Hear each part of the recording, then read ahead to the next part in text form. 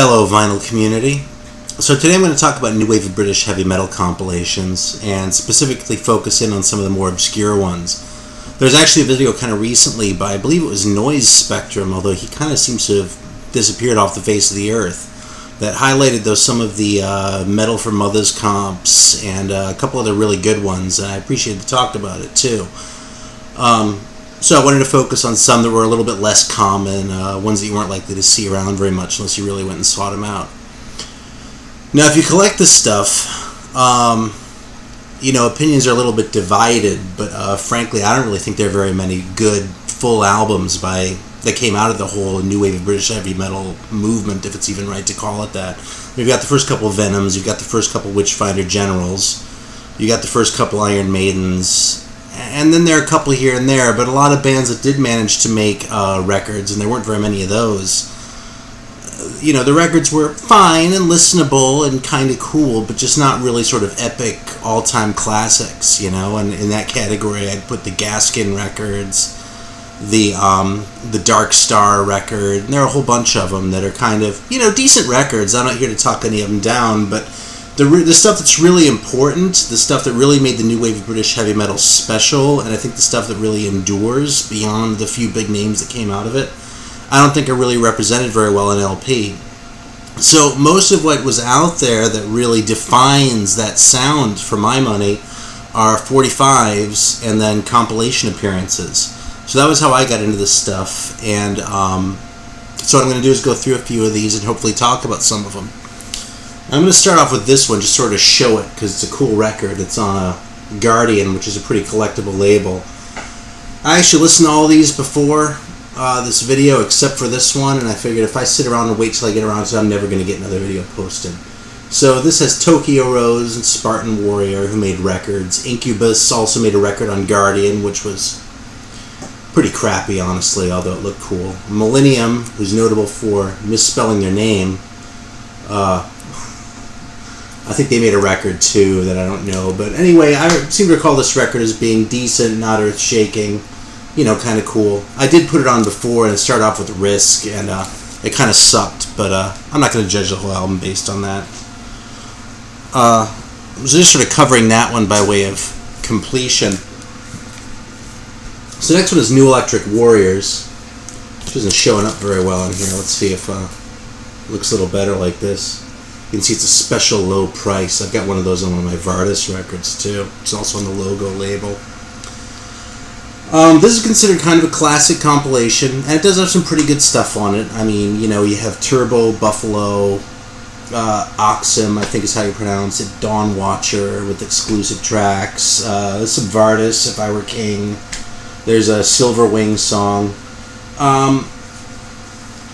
This record, I think, suffers just from being too damn long. I don't think it's a bad record. I looked, before I did this video, what Malcolm McMillan said about it in his New Wave of British Heavy Metal Encyclopedia, and he talked about this as being sort of an intro to the style. I think it's a good intro to the sound, because one thing these bands tend to have in common is the sort of punky vibe and the sort of DIY aesthetic.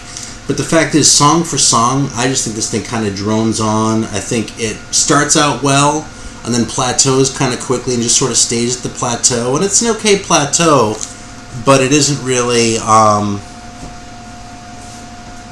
earth-shaking. It isn't really the sort of thing. There aren't a lot of standout tracks on the record. It just kind of stays in the spot. That's a fine spot, but it doesn't really take any chances outside of that. So we'll contrast that with this one. Now this is one of my favorites. This is the Scene of the Crime compilation on Suspect Records. And you can see the cover, which is pretty stupid actually. Some guy attacking a cop with a guitar or something like that. This only features 5 bands. Pretty much well, not really that unknown. Savage, if you're watching this video, you probably already know Savage, and you probably own Loose and Lethal on record. This record has a couple of really primitive takes of Savage songs, notably Loose and Lethal. Fantastic. It also has a Sparta song, which is kind of a long, kind of epic thing. It's a little bit different from what they did on their singles, like this one, which is the only one I have, the Angel of Death single. which also came out on the same label, by the way, if you see the Suspect Records label there. But there's just a really good cross-section on this record. It has Panzer Division, who kind of did a sort of boogie thing, which for me tends to be a little bit hit or miss, but the two songs they have on this record I think are fantastic. In fact, I think they're way better than the 1 7-inch that I'm aware of Panzer Division having put out. Tyrant and Manitou are both kind of on the proggy side. Tyrant has a really wussy singer. It took me a while to get used to that guy, because he just sounds like someone you could beat up pretty easily, like probably with a hand tied behind your back. But, you know, not really tough, like what you'd think the Tyrant would sound like. But you know, on a few listens, I gotta say, I played the hell out of this record. I enjoyed it a lot, and even the songs that I wasn't crazy about initially grew on me a lot over time. And obviously Sparta's great, and obviously Savage is great. Panzer Division kind of is the glue that holds the thing together for me. And then it sort of forays out into the proggy stuff from Tyrant and Manitou. So it's a cool cross-section of different styles, and very much worth having around. Next one, I'm kind of showcasing more because it's not that hard to find. It's pretty sought after, and that's Southern Comfort. Yeah, this band actually I take as reinforcement of my contention that the best British bands tend to come from the North, because this record pretty much sucks. I played this one before, and I couldn't even get past side one. It's just like synthesizer crap, especially the very first song by Pravda. Sounds like some goddamn fucking pop thing. I mean, it's just like crappy. I mean, on a good day, it might be AOR. Doesn't mean much come from me. The song by Deuce, Mystery Lady. There's another one on side 2, but I didn't get that far. That was pretty good. Compared to the rest of the crap on side 1, it was fantastic. But this is a record I do not recommend. Look at that. It looks all primitive, and it looks like, oh, that's probably some classic piece of something. And it is a classic piece of something, but it's not a classic piece of something you want to be holding in your hand, if you know what I'm saying. So let's move on to another good one here. This is another favorite. This record, in fact, I think this one's a little bit underrated. It's kind of come to be rated a little bit more highly. It's Unheard Of on Sane Records. It's kind of a weird looking cover with, I don't know, an eagle for a skull with a skull for a head, and I don't know. Is that supposed to be a tattoo or something on it? Shit, I'm getting confused with my camera here. Look at that. I don't know. Apparently Sane Record put out like maybe 3 records or something like that, and I understand they put out a punk compilation, and they put out this metal compilation. They put out something else. This one has, I mean, this is just a really good package overall. Just about every song on it rocks. It has a couple personal favorites, which I'll get to in just a moment. It has probably my favorite song by the band Hammerhead. They also made a 7-inch, which was good. But for me, my favorite song was this kind of ballady song here, actually called Lochinvar. Incubus is good. It's a different Incubus. The only one that I would call out on this one as a clunker is the one by this band Sapphire right there. One thing about new wave of British heavy metal bands for me is when they're bad, for some reason they tend to sound like After the Fire. And if you're thinking Der Kommissar After the Fire, not so much that as like the album tracks. And I realize I'm fessing up to having actually listened to those records all the way through, but you know, what can I say? I went out and bought that fucking thing in like 83, and I played the shit out of it. So I know what After the Fire sounds like. And you know who sounds like After the Fire? Sapphire doing Encounter. They sound like fucking After the Fire. And there are a lot of new wave bands that sound like that too. I don't know why.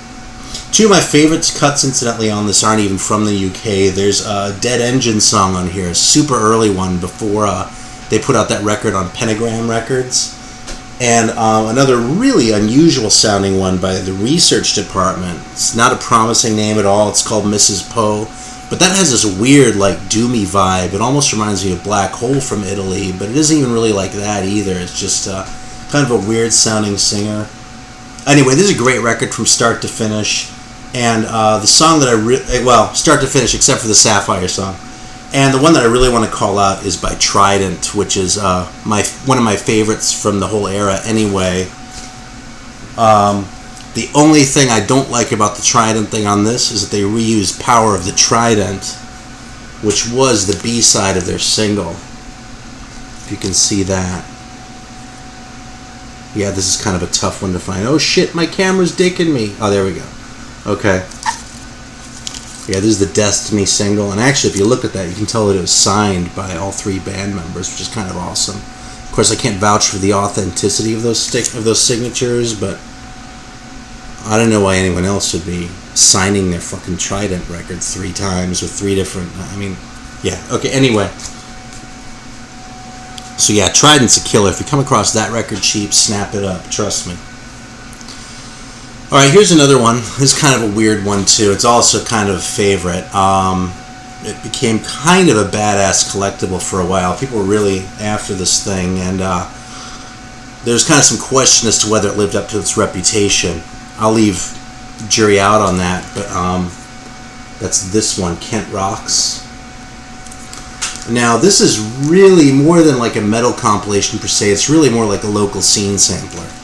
And it's about half metal. Check out this cover. Just comes in a plain cover with a cheapo insert. Look at that. On White Witch Records. They made a couple other things too. In fact, 1 or 2 of these bands put out singles on White Witch. So the metal songs on this are by Renegade, his Last Warrior, which is pretty rockin'. There's a song by Raw Deal, which is really good. Then there's a song by Dervish called Cyclone. That is probably the best song on here.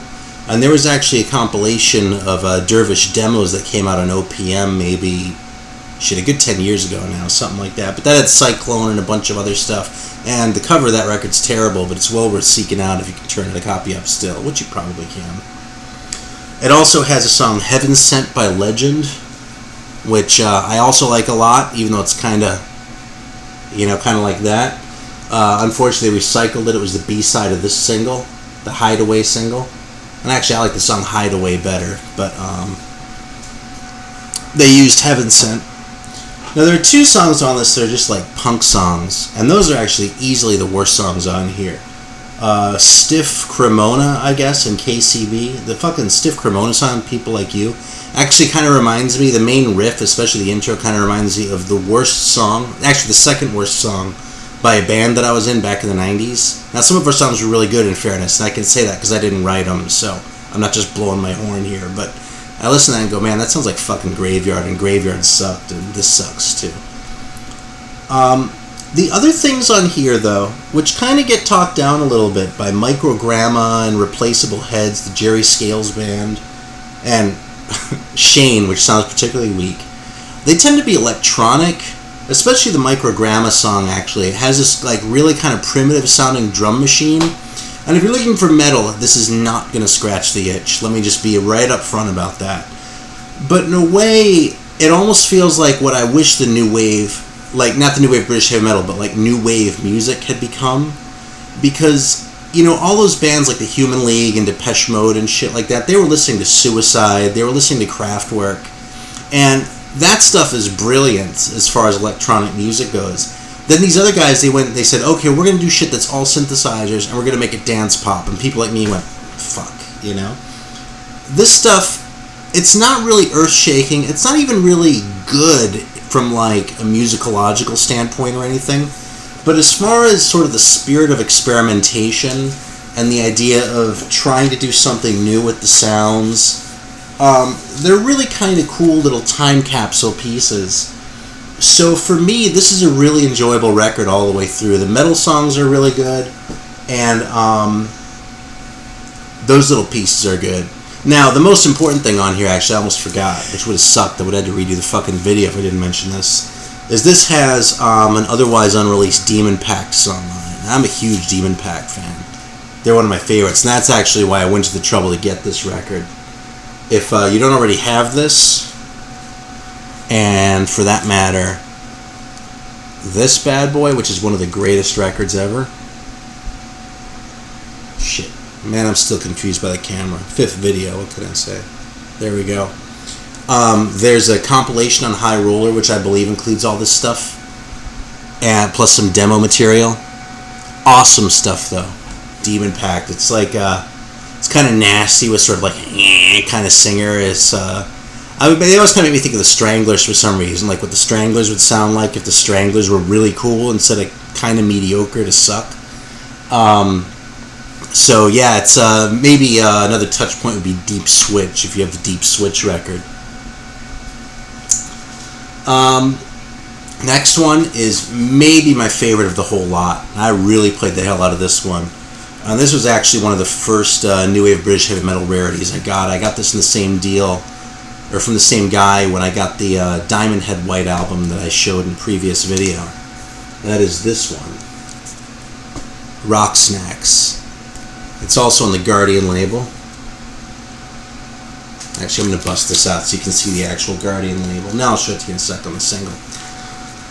So, another kind of dumb cover. I don't know if those guitars are going to be much help against the Dragon.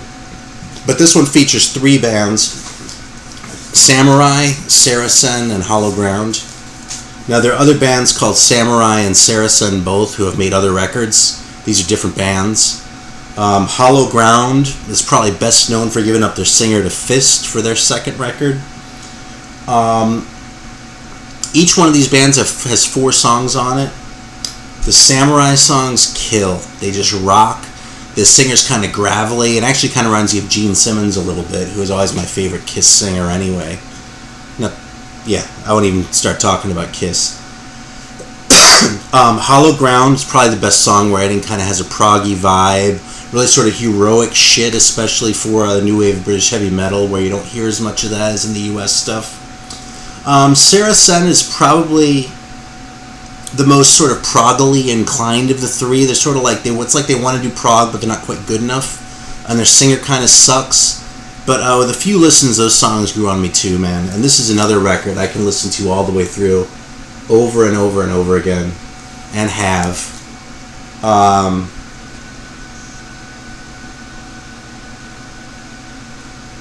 And what can I say? I mean, I'm thinking, if I even want to say this, but the Hollow Ground stuff is probably really what makes this record. Samurai is close behind, and Saracen's kind of the filler, but because Samurai is really good, and I think is kind of underrated because Hollow Ground has gotten sort of an underground cult following, especially in conjunction with this record right here, which I'll show off. That's actually not an original picture sleeve on this for anyone who pays attention to collector's prices. Right there, though, is the Guardian label, and this is a real one. See that? That weird gnome with the axe and shit? God damn, there we go. So there are 2 songs that appear both on the single and on Rock Snacks, Flying High and Rock On are the names of the songs. And there are 2 that are exclusive to each one. The Rock Snacks songs are probably even better than the ones on here. But Hollow Ground is another one of my favorite bands from the whole era. Just awesome, awesome shit. Finally, one other one. This is the other one that actually didn't have time to listen to before making this video. That's sort of the companion piece to that one, and kind of the third big one on Guardian as far as our samplers go. And that is Rock's Caliber. I wonder how much work the guys who did this cover art got after doing these things. This cover, or this record, doesn't feature every band quite as prominently as Rock Snacks. It has 7 bands on it, and I don't remember much about Marauder or Brands Hatch, or frankly Schizophrenic, although Schizophrenic did put out a single on Guardian, which I don't have, and is worth a ton of money. Unheard and Linden, as I recall, is kind of more mellow and not really even metal. A little out of place, but I may be wrong about that. This also does have 2 very early Black Rose tracks, though. You probably know Black Rose. I know Greeno showed a couple Black Rose records in one of his videos. It also has Battle Axe on it, who they actually also put out a record on Guardian, and with Burn This Town and Battle Axe, which are actually both on here now that I'm looking at it. And probably the main thing about this is that it has 2 really early tracks by Satan. Now, I talked about Satan's first LP in a different video and said that I like the earlier stuff better. This is the earlier stuff. This has their original Satan lineup. It's a lot more rock and a lot more rooted in the 70s sound. And Yeah, this has Oppression and, damn it, what's the other song called? The Executioner. Both great songs. And as far as I'm concerned, those two songs are the essential Satan along with this. Kiss of Death is one of the greatest songs of all time as far as I'm concerned. It's got everything that a song needs. It's got a great riff. It's got sort of a kind of vocalist in that. Apparently he was a terrible frontman, but he sounds great on record. It's got the Guardian label, which also rules. There you go. And it's even got some wah-wah pedal in there before the main solo in the middle, and like a real sort of 70s kind of vibe that was almost anachronistic by the time that record came out. Almost, but not quite. So that's what I'm going to show right now. If that was interesting, I do have a few others I could bust out, but these are sort of the major ones, the ones that I've played a lot. The Lead Weight comp is fantastic too on Neat. All Hell Let Loose is pretty good on Neat also. And of course Heavy Metal Heroes is another classic, as are those Metal from Mothers comps. But those turn up, you probably already have them if you're watching this, or at least you've heard them or heard of them or whatever else. That's pretty much it. Last thing is just a quick shout out for Renee, our Dutch friend in Spain, who took a little inspiration from me, I guess, to make a digging deep, dissecting into the Metal Massacre 4 comp, which was a great video, and I am humbled and immensely flattered that I provide the inspiration for what was a very good vinyl community video. So if you're watching this, thank you. If you're not, whatever, I'm probably not watching you either. And till next time.